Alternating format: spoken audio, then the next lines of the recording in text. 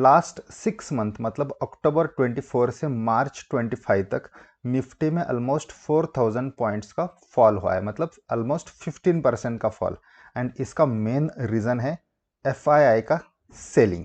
India में FII बहुत heavily cell कर रहे हैं एंड जिसकी वजह से अब मार्केट में बड़ा डिक्लाइन देखने मिल रहा है। तो आज के वीडियो में हम जानेंगे कि क्या वो रीज़न है जिसकी वजह से एफआईआई इतना हेवीली सेल कर रहे हैं एंड कब इनकी सेलिंग रुकेगी एंड कब ये बाइंग करेंगे। वीडियो की शुरुआत थोड़ा सा बेसिक से करते हैं। सबसे पहले जानते हैं कि एफआईआई डीआईआई क्या होते हैं, इंडिया में इनकी कितनी होल्डिंग है, लास्ट कुछ सालों का उनका इन्वेस्टमेंट का ट्रेंड कैसे रहा है, एंड देन उसके बाद जानेंगे कि क्या रीज़न है जिसकी वजह से एफआईआई इतना हेवीली सेल कर रहे हैं एंड कब ये सेलिंग रुक के फिर बाइंग में कन्वर्ट होगी। तो वीडियो को एंड तक जरूर देखिए।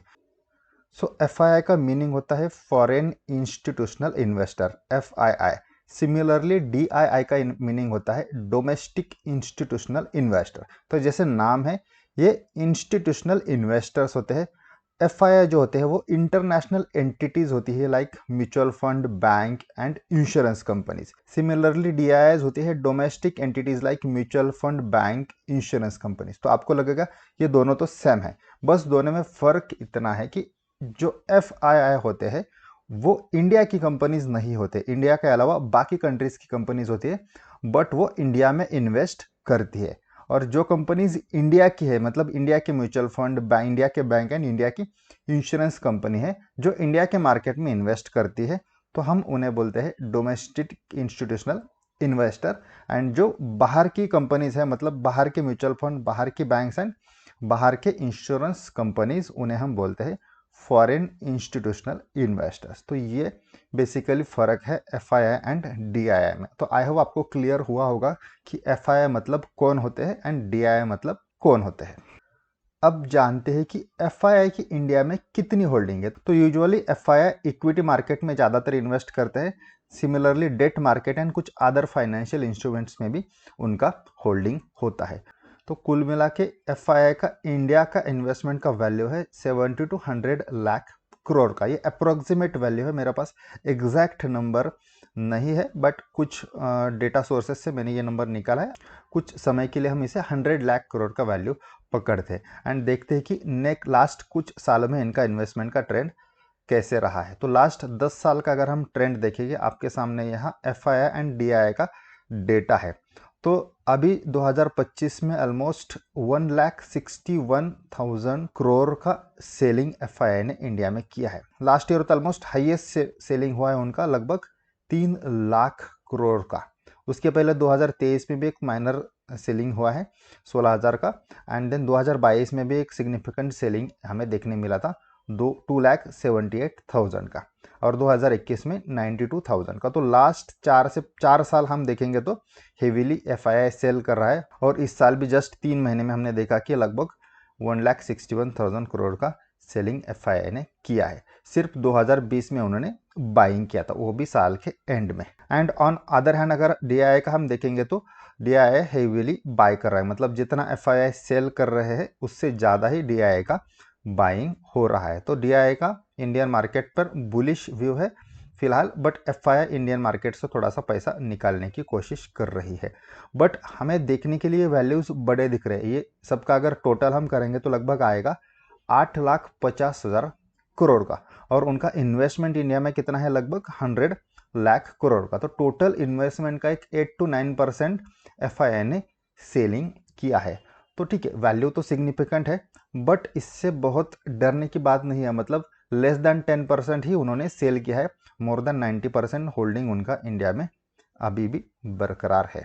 बट जितना सेलिंग उन्होंने किया है, जिस उसके वजह से अब इंडियन मार्केट में बड़ा डिक्लाइन देखने मिला है, और ये सेलिंग अगर आगे कंटिन्यू रहेगा तो डेफिनेटली इंडियन मार्केट में और बड़ा करेक्शन आ सकता है। तो जानते हैं कि क्या वो रीजंस हो सकते हैं जिसकी वजह से एफआईआई इतना हेवीली इंडियन मार्केट में सेल कर रहा है। तो ये कुछ रीजंस है, इसके अलावा भी और कुछ रीजन डेफिनेटली हो सकते हैं। तो सबसे बड़ा रीज़न मुझे लगता है प्रॉफिट बुकिंग का, क्योंकि एफआईआई बहुत सालों से इंडिया में इन्वेस्ट कर रहा है, एंड इंडियन मार्केट की अगर हम ग्रोथ देखेंगे लास्ट कुछ सालों की थी, बहुत अच्छी ग्रोथ हमें देखने मिली है। तो डेफिनेटली उनको जो अप्रिसिएशन मिला है उनके इन्वेस्टमेंट पर, वो डेफिनेटली बहुत अट्रैक्टिव है, जिसकी वजह से एफआई प्रॉफिट बुक कर रहा होगा। प्रॉफिट बुकिंग के साथ दूसरा रीज़न हो सकता है high valuations of Indian market, क्योंकि इंडियन मार्केट इतना ग्रो हो चुका है तो थोड़ा सा अभी इंडियन मार्केट का जो वैल्यूएशन है वो हायर साइड में है। टू मिटिगेट द रिस्क फिर एफआई सोचते होंगे कि अब यहाँ थोड़ा सा सेलिंग करना चाहिए, उनका पोर्टफोलियो थोड़ा सा हल्का करना चाहिए, जिसकी वजह से वो यहाँ सेलिंग कर रहे हैं। तीसरा रिलेवेंट रीज़न है अर्निंग स्लोडाउन। पिछले कुछ क्वार्टर्स में हमने देखा है कि जो इंडिया के अर्निंग्स है वो रिलेटिवली अब स्लो डाउन हो रहे हैं, और उस वही रीज़न है कि एफआईआई यहाँ अब एग्रेसिवली सेल कर रहा है। लास्ट 2 क्वार्टर से हमने देखा कि एफआईआई का जो सेलिंग है उसका एग्रेशन बढ़ा है।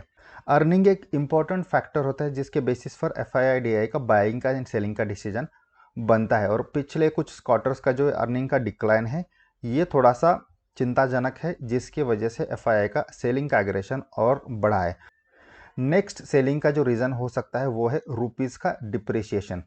लास्ट कुछ सालों में हमने देखा है कि हमारी करेंसी की जो वैल्यू है वो डिक्लाइन होते जा रही है, और जब एफआई अपना प्रॉफिट बुक करती है तो उनको फिर जब डॉलर में कन्वर्ट करना पड़ता है तो उनको कम वैल्यू मिलती है कन्वर्जन में, और एफआई को शायद डर है कि रुपये का और डिप्रिसिएशन हो सकता है, एंड ये फिर उनको ट्रिगर करता है सेलिंग करने के लिए। इसके अलावा ग्लोबल अनसर्टेनिटी, लास्ट 3-4 सालों समय हमने देखा कि रशिया यूक्रेन का वॉर हुआ, चाइना यूएस के बीच में भी कुछ कॉन्फ्लिक्ट्स चालू है, तो इनकी वजह से उनको लगता है कि जब ये ग्लोबल अनसर्टेनिटी होगी तो उसका इम्पैक्ट इंडियन मार्केट पर निगेटिव पड़ सकता है, और ऐसे सिचुएशन में फिर डेवलपिंग कंट्री से अच्छा डेवलप्ड कंट्री जो डेवलप्ड इकोनॉमी है वहाँ इन्वेस्ट करना उनको ज़्यादा सेफ लगता है, जैसे यूएस इकोनॉमी हो। तो वो भी एक रीज़न हो सकता है कि एफआईआई यहाँ थोड़ा सा प्रॉफिट बुक करके अपना इन्वेस्टमेंट शिफ्ट कर रहे हैं। इसके अलावा और एक रीज़न है जिसकी वजह से एफआईआई सेल कर रहे हैं, एंड वो है यूएस बॉन्ड यील्ड। लास्ट कुछ सालों में हमने देखा है कि यूएस का जो बॉन्ड यील्ड है वो राइजिंग मोड पर है, एंड जिसकी वजह से बहुत सारे इन्वेस्टर्स वहाँ इन्वेस्ट करने के लिए अट्रैक्ट हो रहे हैं। बॉन्ड यील्ड एक अट्रैक्टिव एंड एक सेफर बेट माना जाता है इन्वेस्टमेंट का कंपेयर टू इक्विटी मार्केट। सो ऐसे अनसर्टन सिचुएशन में फिर इन्वेस्टर्स को लगता है कि इंस्टेड ऑफ इक्विटी मार्केट हम बॉन्ड में चले जाते हैं तो उनको थोड़ा अट्रैक्टिव रिटर्न भी मिल रहा है एंड रिलेटिवली सेफर बेट भी है। इसके अलावा भी और कुछ रीज़न है जिसकी वजह से एफआईआई सेल कर रहे हैं, बट मेरे हिसाब से एक 5-6 प्राइमरी रीज़न है जिसकी वजह से एफआईआई का जो सेलिंग है वो एग्रेसिवली इंडियन मार्केट में बढ़ा है। तो इम्पोर्टेंट क्वेश्चन ये है कि अब इंडियन मार्केट में एफआईआई का सेलिंग कब रुकेगा एंड कब वो बाइंग में कन्वर्ट हो सकते हैं। तो उसमें मोटा मोटी 3 मेजर फैक्टर्स मुझे लगता है। सबसे इम्पोर्टेंट है यूएस का इंटरेस्ट रेट का कट। आने वाले कुछ महीनों में, एक साल में अगर यूएस इंटरेस्ट रेट में कट आता है तो उसकी वजह से जो बॉन्ड यील्ड है वो थोड़ी सी डिक्लाइन हो सकती है, एंड देन फिर वहाँ से इन्वेस्टमेंट निकाल के एफआईआई फिर से इंडियन मार्केट में इन्वेस्टमेंट कर सकती है।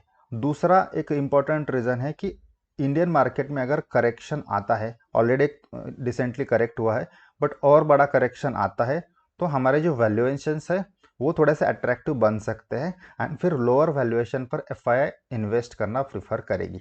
तो वो भी एक रीज़न हो सकता है कि अगर हमारे इधर बड़ा करेक्शन आए तो डेफिनेटली एफआईआई फिर से यहाँ बाइंग करना स्टार्ट कर सकती है। And third and most important जो फैक्टर है वो है अर्निंग ग्रोथ का। इंडियन मार्केट में अगर अर्निंग में ग्रोथ देखने मिलती है तो डेफिनेटली आगे का जो प्रोस्पेक्टस है वो ब्राइट दिखेगा, एंड जिसके बेसिस पर फिर एफआईआई एग्रेसिवली इंडियन मार्केट में बाय कर सकते हैं। तो मेरे हिसाब से ये 3 मेजर फैक्टर्स है। इसके अलावा भी बाकी कुछ छोटे मोटे फैक्टर्स है जिसकी वजह से एफआईआई इंडियन मार्केट में फिर से बाइंग करना स्टार्ट कर सकते हैं। तो आई होप आपको क्लैरिटी आई होगी कि एफआईआई के बाइंग सेलिंग के रीज़न बेसिकली क्या होते हैं एंड क्यों लास्ट 3-4 सालों से एफआईआई इंडियन मार्केट में सेल कर रही है। थैंक यू फ्रेंड्स, वीडियो को एंड तक देखने के लिए धन्यवाद। वीडियो अगर आपको अच्छा लगा हो तो वीडियो को लाइक करें एंड अपने दोस्तों के साथ शेयर करें। Thank you.